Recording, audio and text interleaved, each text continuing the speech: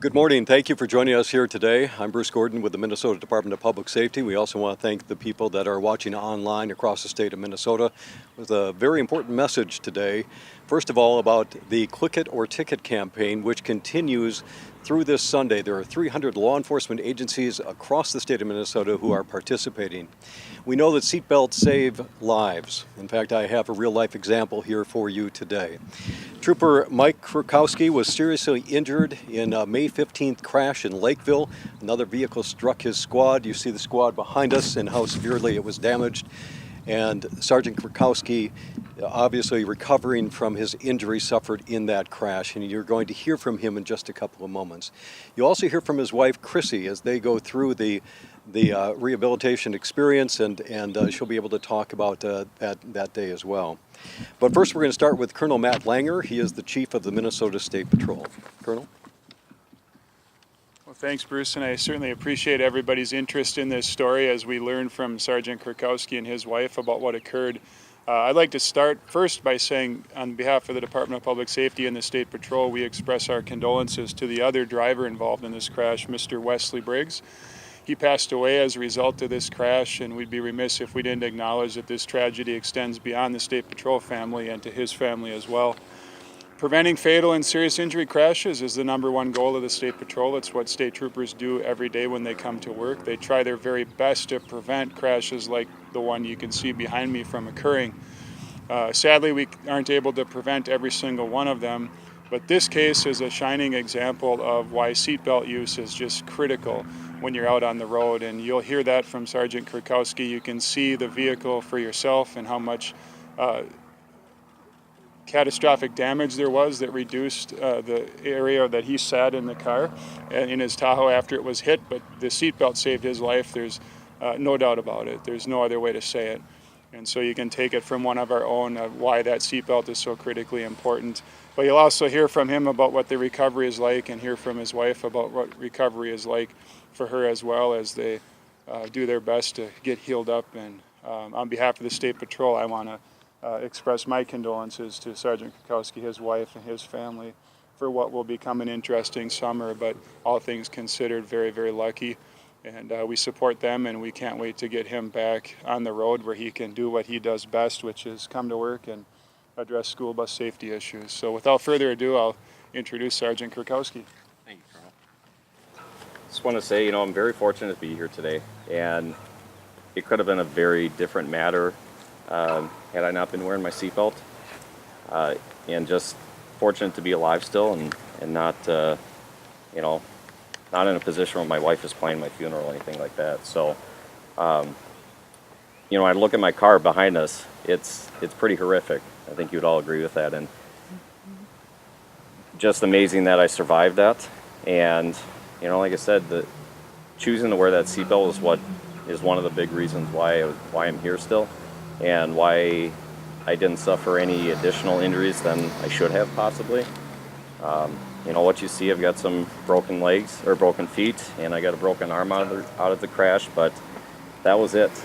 And I'm super blessed that I didn't get hurt worse. And in my experience as a trooper, so I've been a trooper now I'm in my 14th year, and I've gone to countless crashes. And some people choose to wear the seatbelt, some don't. I can tell you right now that of all the crashes I've investigated, seatbelts have always kept drivers from getting hurt worse and not getting additional injuries than they would have suffered. I mean, I've heard different reasons why people won't wear them, and it's uncomfortable, or, I'll be able to get that seatbelt on right away, moments before the crash. And I'll tell you what, you're not going to get that seatbelt on right before the crash. I had fractions of a second when I saw that car coming at me, and there was no way that I would be able to reach over my left shoulder and pull that seatbelt on and click it on moments before impact. There was not a chance. My only thought at that time was, how do I steer away from this person coming at me? That was it. That's all I had. There was no time to actually put my brain into motion and move that steering wheel, do anything. So for those that think you're going to get it on fast, you're not. So, I'm in my road to recovery right now. So I've had all the surgeries I need at this point to fix my broken bones, and I got both my ulnar and radial got broken as a result of the crash. That got healed up, so now I'm just, now I got to start moving my limbs a little bit, keep them moving.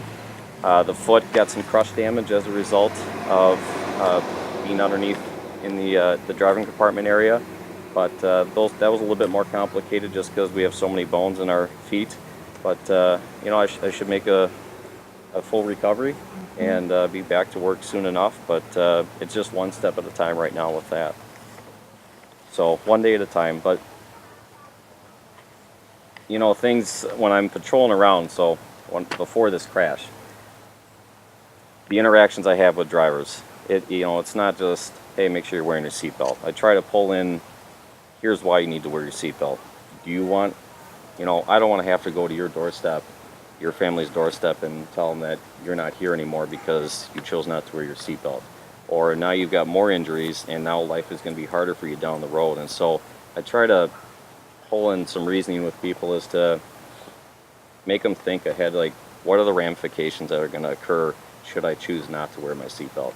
Because it's not just you it's going to affect, it'll affect your family members, your friends, everyone that you're close to, anyone you've had an impact with in your life. And unfortunately, those that end up dying in a crash, like, Mr. Briggs, you don't always get to recognize that. You won't see that impact that you've had on people, and it's too late you can't replay it again once you've made that choice. So, and just, I guess the final thing is just the support has been amazing on my end, from my agency to family to friends. But, I also ask that you not forget about the Briggs family. And I had the ability to talk with the parents, and he sounded like an amazing guy. Very impacted a lot of people around him in a positive way. And so don't forget about him and making sure that his family's going to need support from here on out. It's going to be a long road for them as well.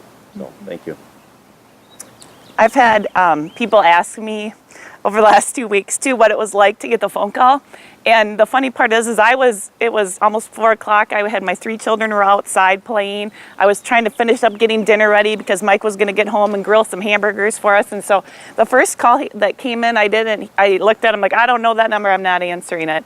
And then I had to run outside for the kids, and I came back in and I saw that he called again, so I called him back because it was the time he should be home, and he wasn't home. And oddly enough, the ambulance for him or Wesley had gone by our house, and the kids were watching it go, and I didn't know. And when I talked to him, he was very calm on the phone.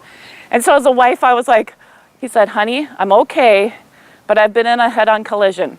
Now, I'm also watching 3 small children and trying to get dinner, and it was not computing in my head very well at the time.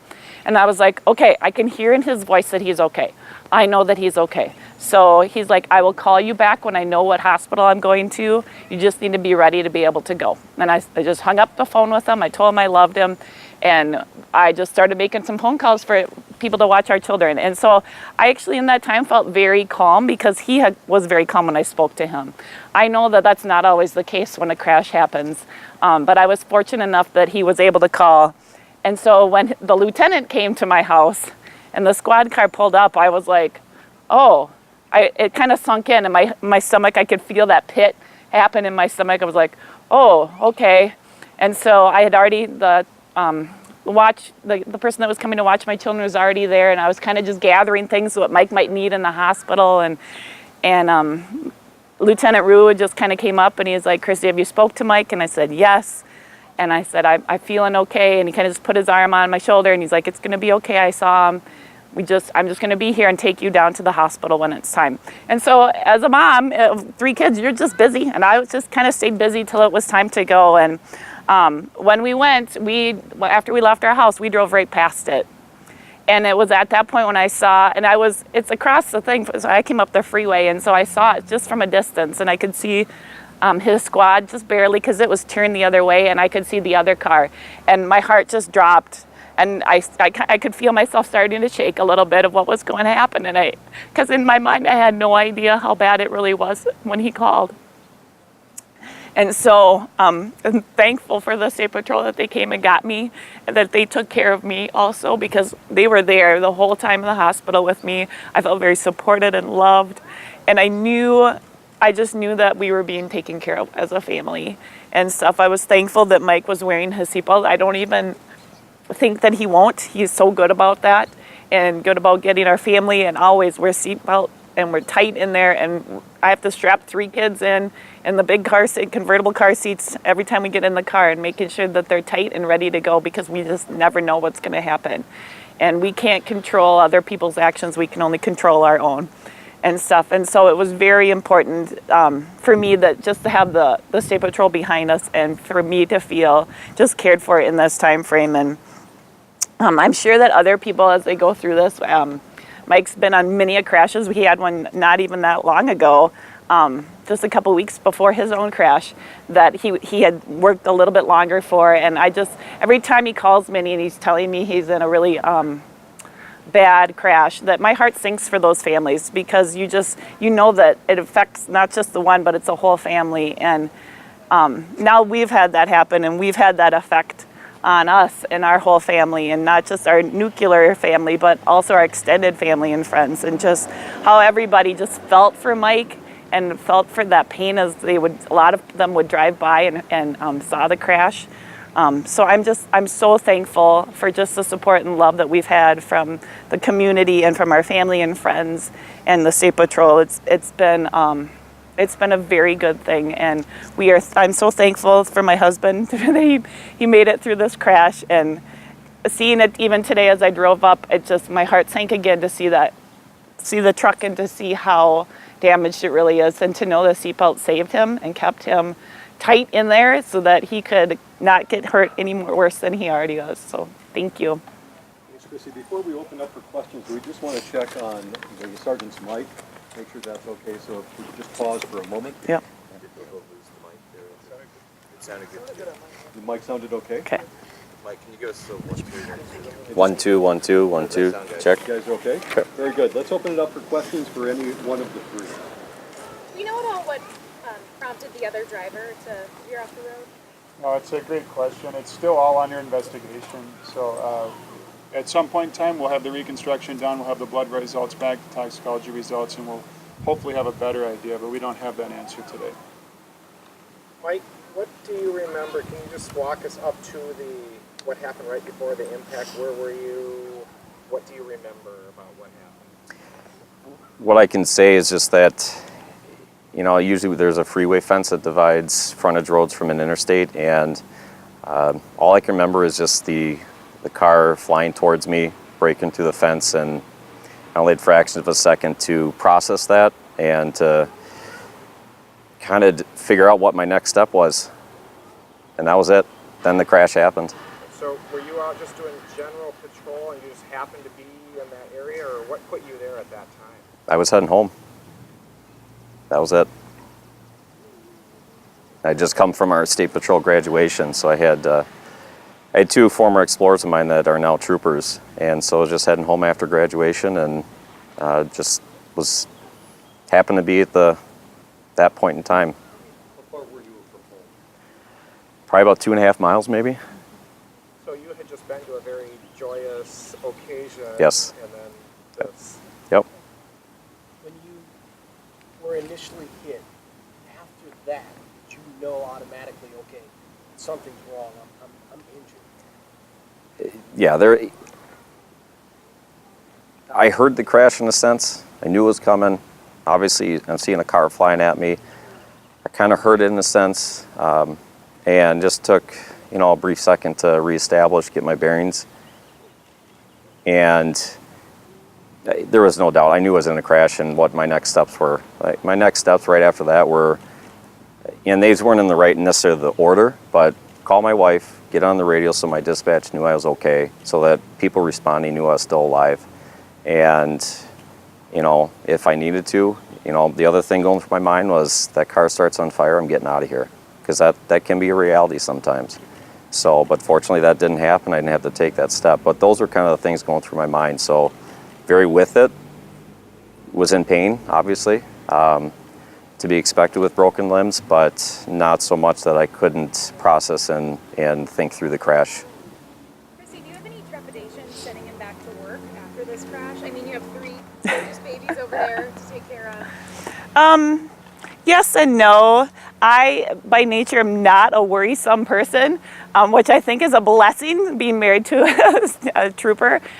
So in my heart, I know that we're here for a reason, that we have our own journeys in life. And so I trust that whatever happens, that I will be taken care of, and it's okay. And that we will just make it through. But yeah, it'll be okay. It's hard. It could have happened in our car. It would have been much worse if it had happened in our own vehicle. So thankful for that big vehicle he was driving and the big guard in the front that it has and all of those things, because I know all of those pieces help keep him safe as a trooper. So What's the recovery time? There's no real set time right now. It's really one step at a time, one day at a time. And they're just kind of, right now we're in the infancy of it, waiting for those bones to heal up so then I can start going through physical therapy to get things back up to par. But there's no real scheduled, hey, you're coming back to light duty or going back to full duty status by this date. You feel blessed? Oh, absolutely. There's without a doubt. I mean, first words out of my mouth that crash happened was thank you, God, because there's no other reason why I'm here. Yep. Yeah, looking at the car right there with the impact in the front and how you felt with the seatbelt, do you feel like it was likely you could have been ejected without it? That certainly could be a possibility. Been to plenty of crashes where people are not wearing seatbelts and they get ejected based on the momentum and cars coming at you, and then you drop to a different speed and then cars deflect off. I mean, certainly in those violent motions, being ejected is certainly possible. And responding to all these crashes of your career, did it ever occur to you you could be in one in yourself? Sometimes I'm a planner, if you will. So I'm always thinking about what if scenarios. It's a reality in my job. What if this happens? What am I going to do? So yes and no. I don't think about it every day, but there's moments when I'm driving down an interstate or down a 2-lane road like I had been that day, that what if a car loses control in front of me? Are they far enough away that I can react and steer evasively? So go back to my training as I train as a trooper, to how to avoid situations. But in the big picture, some days there's just nothing you can do in certain situations, and that was kind of this one. And Chrissy, was this your first time seeing the vehicle since that day? yeah.